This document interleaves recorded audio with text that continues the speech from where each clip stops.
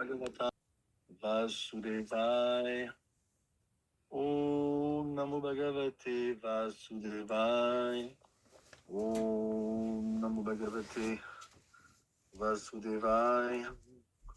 Om Agyanti Mirandasya Gyananjana Shadakaya.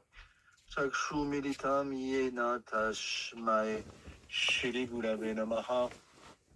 Shri Chaitanya Manobishtam Stapitam Yena Bhutale Swayam Rupam Kadamayam Dadati Shvapadantikam Vandeham Shri Guru Shri Yutapadakamalam Shri Gurun Vaishnavam Shah Shri Rupa Sagrajatam Sahagana Raghunatan Vitam Tan Sanjivam Sadvetam Savadutam Parijana Saitam Krishna Chaitanya Devam Shri Radha Krishna Padam Sahagana Lalita Shri Vishakam Vitam Shah He Krishna Karuna Sindhu Dinabandhu Jagatpate Gopal Gopika Kanta Radha Kanta Namostute Takanchana Gurangi Radhe Vrinavane Jari Vishabhanu Sute Devi Panamami Haripriye Vakshakalpa Rubhyasya Kripa Sindhugaya Vacha Titana Bhavanebhyo Vaishnavebhyo Namo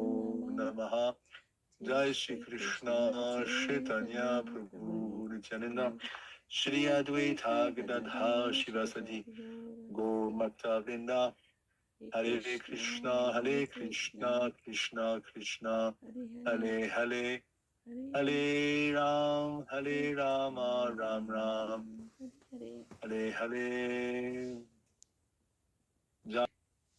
I don't know, you've been missing a lot, so just tell me how far you want me to catch back. Or you can tell me up to where you are conversant, and then I will complete.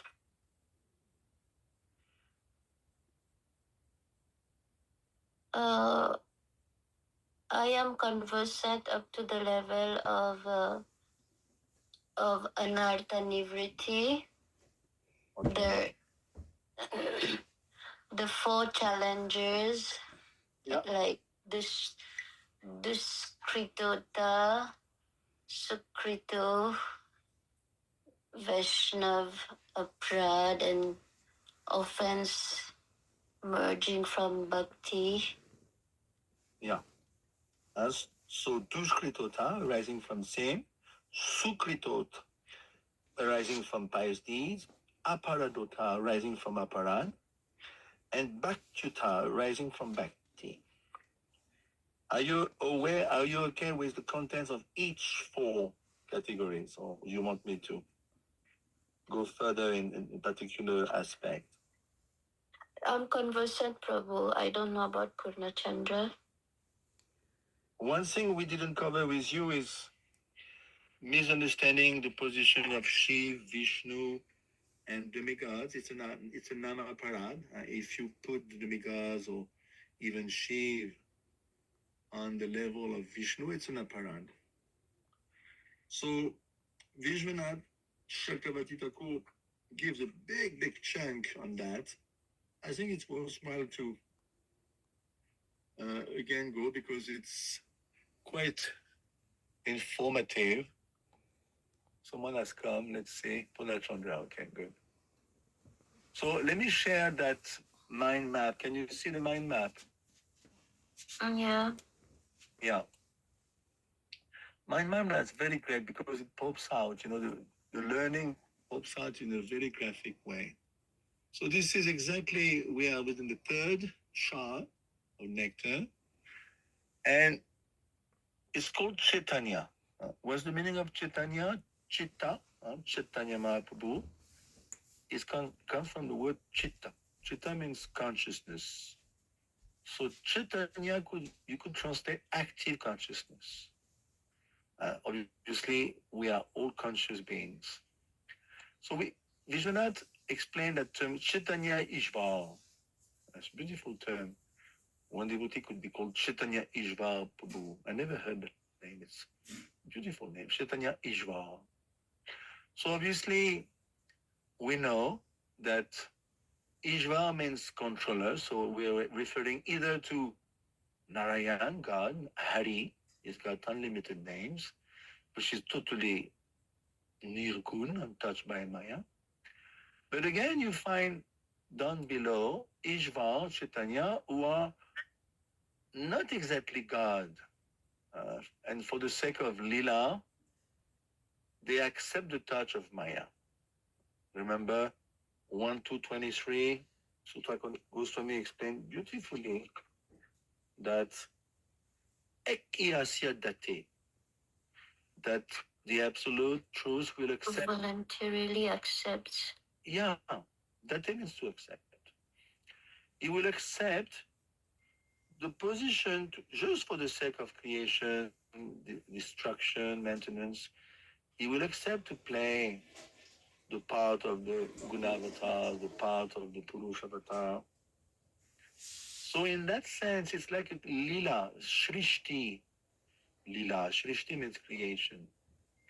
So here we are dealing with great presiding deities like Lord Shiv. There's a verse 1088.3. Although Vishnu and Shiva, Ishvara Chaitanya, and none different. That's a good point. If you also fall into the trap to say, well, uh, they are, if you fall into the trap of saying Shiv is totally different from Vishnu, that's also an offense. So how can you reconcile? Is it different? Is it non-different? And again, the philosophy, we know, achintya bhed. So, and the example is given in Brahma Samhita, Basvan Yatashma Sakaleshu Nijeshu Teja.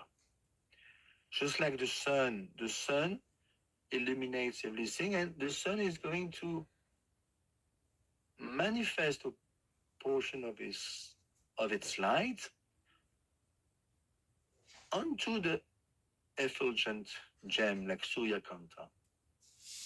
And the gem will in turn illuminate something else. So Shiv is like that, Brahma is like that. They are illuminated by Vishnu, by Brahma, by and in turn they start illuminating other beings. But the original source of illumination is the sun.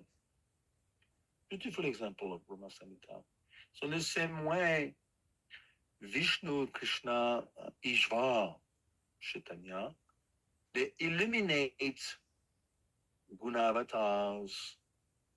And it seems that the Gunavatars are standing on their own. No, Krishna has accepted to play that role through Brahma, through Shiv. And here we do not explain a Nishkam Bhakta, even though he doesn't differentiate between the two, he knows my worship should go to Vishnu. And the example is given, remember, the smoke, sorry, the wood, the smoke and the fire, remember? 1 to 24. It's beautiful analogy. The smoke could be ignorance. Sorry, the wood is ignorance, the smoke is passion, and the fire is goodness. So what is most important? Is it the wood? Is it the smoke or is it the fire? The fire. Fire. Because Brahma Darshanam, through fire, you can conduct yagya, home yagya. Even in ISKCON, we take initiation, we get married. There's a home, there's a fire yagya. Because through fire, non different from the mouth of Vishnu, of the mouth of the Brahmanas, you can do yagya and you can access the absolute truth, Brahma Darshanam. So Nishkam Bhakta will not find fault, even he will not dare to say they are different. Just like milk and dahi, you cannot say the dahi is different from the milk, but you cannot say also dahi is the milk. So, sorry, the dahi is the milk. Yeah, exactly. So, in the same way, we are very extremely subtle in this understanding. Those who say, oh, no, Shiva is totally below Vishnu, that's also an offense. We have to understand connect the dots, very subtly, just like milk and yogurt. And again, Nirgun and Sagun. And this is always the same story. Nirgun means no material qualities. Sagun means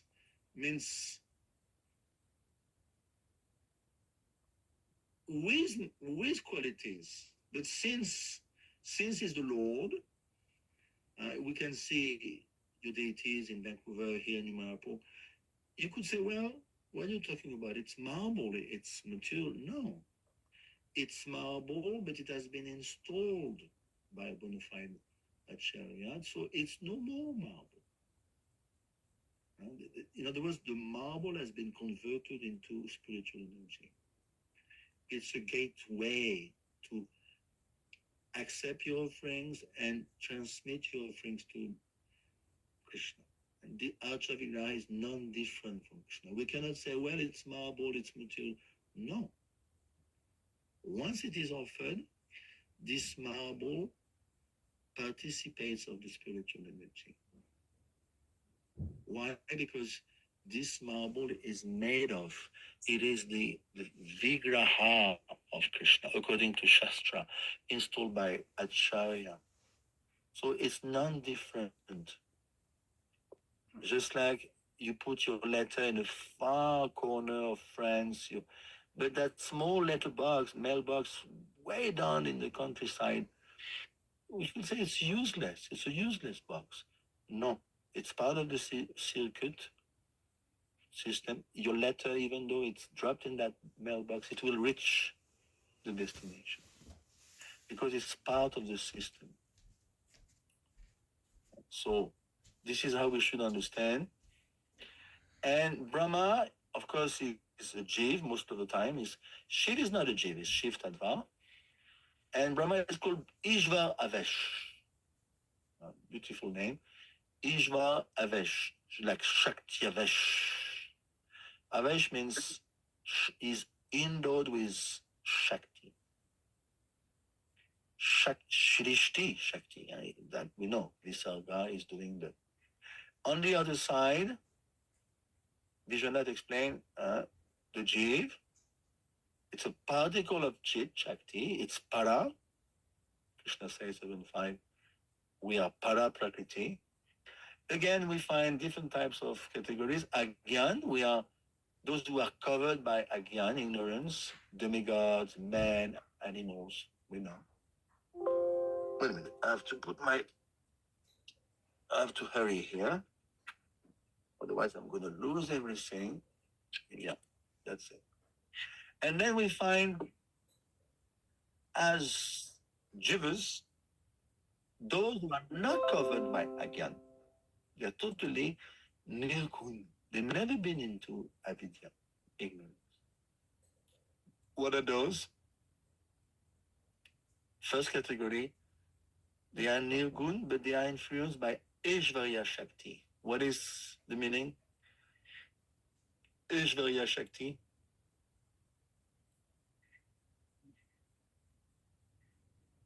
The Shakti of opulence. They are into, they're not in Vrindavan, obviously.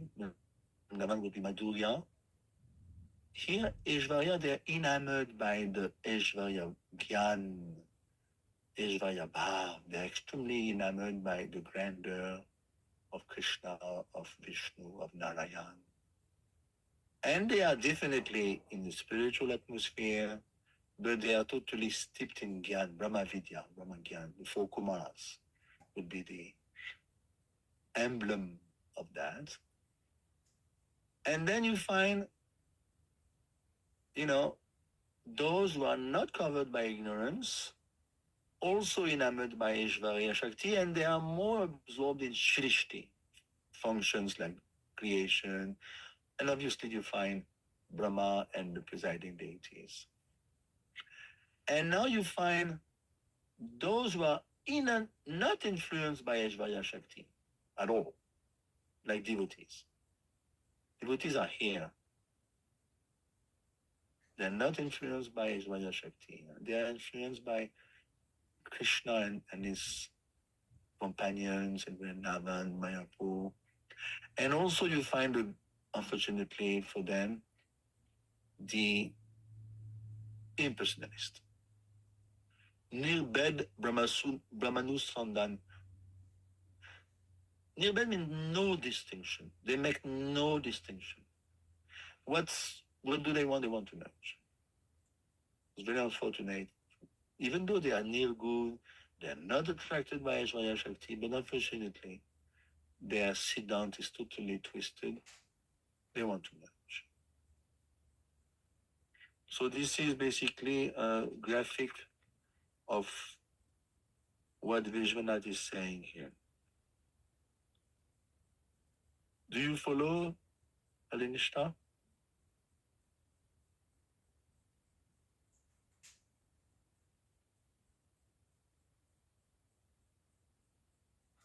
Are you still on board?